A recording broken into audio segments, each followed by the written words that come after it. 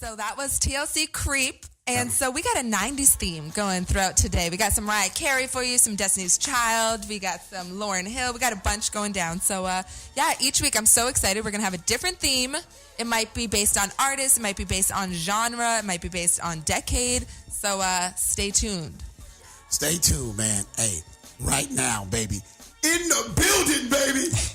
I got the man, the myth, the legend, baby. High school phenom, baby.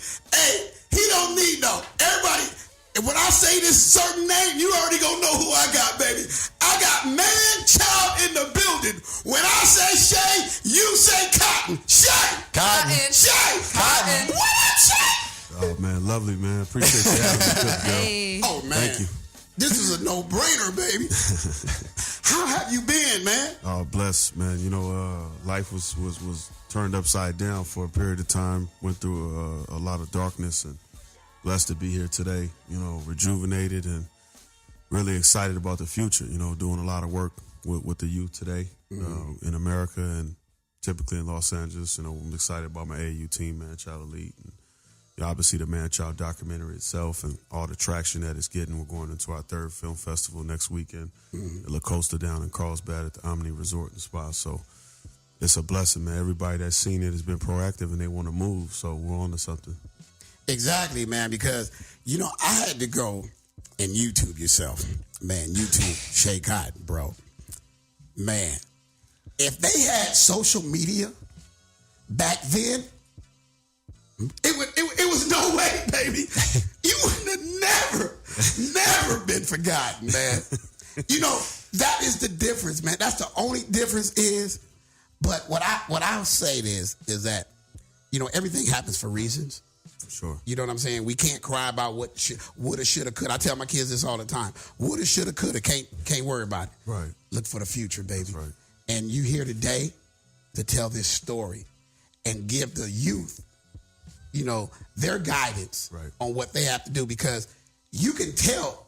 I don't want to give away the documentary because I seen a little bit of it, but I know you can tell the youth, you know what I'm saying, what not to do and what to do. Right. You see what I'm saying? Right. Because what people don't realize is this, and being in high school, is that if you never had it and you've been broke all your life and you barely making it, and all of a sudden you getting free stuff sent to your house every single day, you got people knocking on your door, your head will swell.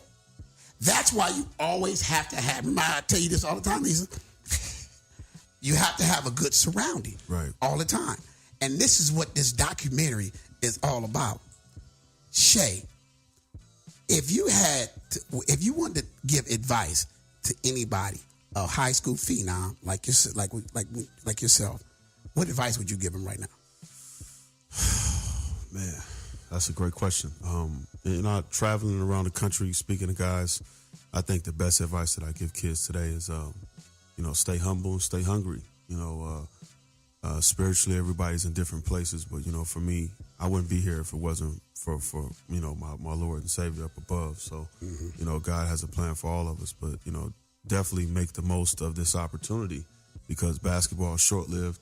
There's millions of people all over the world that play the sport that want to, you know, ascend to the NBA and have that opportunity. But, you know, you have less than a 1% chance to make it. So you need to know the facts going in to what you're getting into. And, you know, I was the best there was. In 95, I was number one player in the country. I mean, Sports Illustrated did a 4-page layout.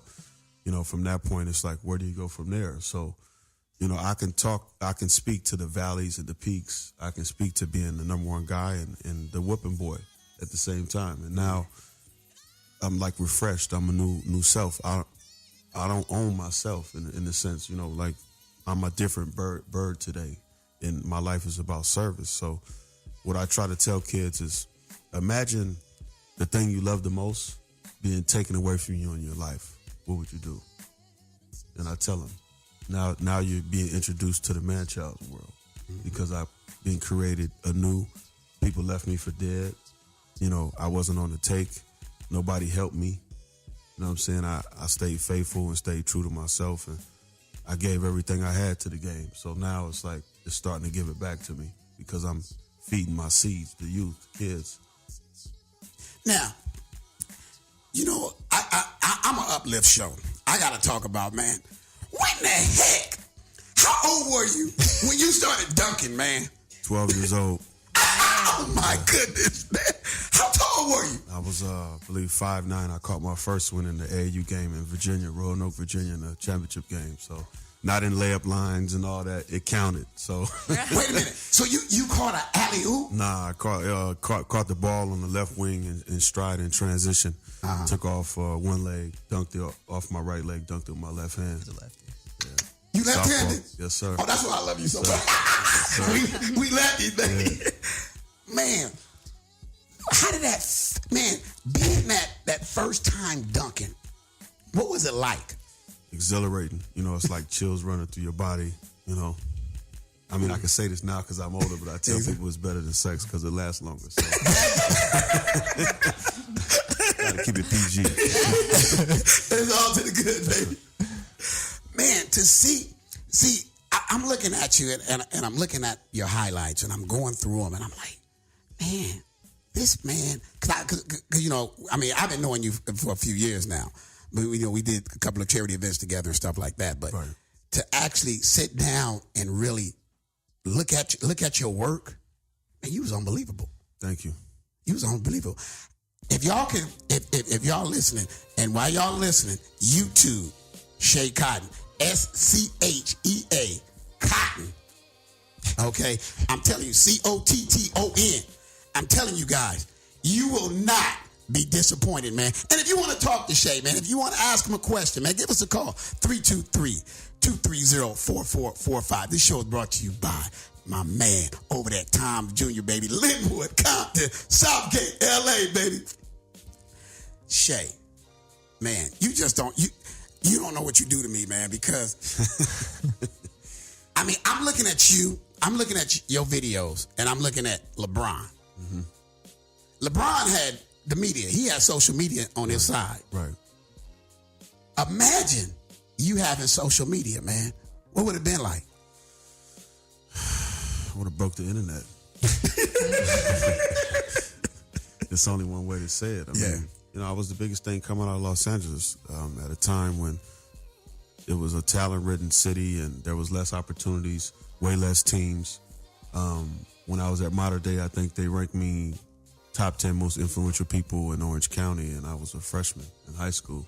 I mean, we talking next to business people, Fortune 500 people, you know, CEO execs. So I knew at that point when I was getting propositions to train people's kids, you know, for $150 an hour at 15 years old. And it's like, I'm trying to learn the sport and master this craft myself, and you want me to teach your kid. Like, that's when I knew. I was like, whoa, this thing is getting heavy. And like, there's no school that you can go to for that. So what I've created is like a one-stop shop to help my kids on and off the floor be successful in the game and life, not just basketball. Exactly, man. And that's what I love about you, man, because you got your AA school. Now, what ages do you have right now? So my AAU team, we're 13U, and it's a national team. So we travel. This year we'll go to Vegas again, you know, a few times. We'll do San Diego tournaments. We're going to go to Toronto, Canada for a tournament in June. So we're doing things. I'm taking them out the country, teaching them proper etiquette at 5-star plus restaurants and how to interact in hotels, you know. No running through hallways, no loud music, loud noise. I tell them, keep your inside voice inside. Yeah. Because you're representing this brand. It means something. Exactly. Because I remember my first 5-star restaurant, man. I was in awe, and I was a grown man. that was 15 years ago, so I was already grown, man. And but Corey McGetty, I didn't understand the difference between the forks, right, the spoons, the butter knife. I didn't, you know what I'm saying? Right. Hey, at home, all we had was one knife, you know. all we had was one, you know, a fork, a spoon, and we only had a steak knife. So you ain't getting a butter knife to cut the butter. So you better use the steak knife to cut the butter. So I tell people, man, to appreciate when you get to go to them 5-star restaurants, them 5-star hotels, appreciate it, man. Because when I went to my first 5-star, man, the Ritz-Carlton, hey, I even touched the robe with the slippers because I thought they was going to charge me. But I could definitely see it, man. Give me one. You've been around a lot of people and you met a lot of people during your days, man. Give me that first time you got starstruck on a celebrity you met. Well, I think there's a couple. You know, I got into basketball because when I went to Magic Johnson's camp, I think it was like in '89. Mm-hmm. And, you know, he was so personable. He spent a lot of time with the campers. You know, he ate with us, took, you know, photos with us. He spent time to talk to each kid and the families. And I thought that was dope. I'm like, man, here this is. This dude is one of the largest figures in the NBA, in the second biggest city in North America next to New York as far as, you know, the exposure. And this man got people eating out of his palm, his charisma, you know, and the whole deal. And that's something that I wanted to take with me, you know, and build from. So from that point on, that's when I really took the game of basketball serious. And I was like 10, 11 years old, but I was wearing the weapons, you know, Converse put out for Magic. And like I was all in with the Lakers. Mm-hmm. And from that point on, things just like really, really took off. And if you could have picked any NBA team you wanted to play for, which one would it have been? Oh, definitely the Lakers. Best organization in basketball. Hands down. Sorry, Clipper Darrell. Hey, hands down. It's all love. I love you. Hands down. You listen to the Bad Truth Hour, man. We got Schea Cotton in the building, baby.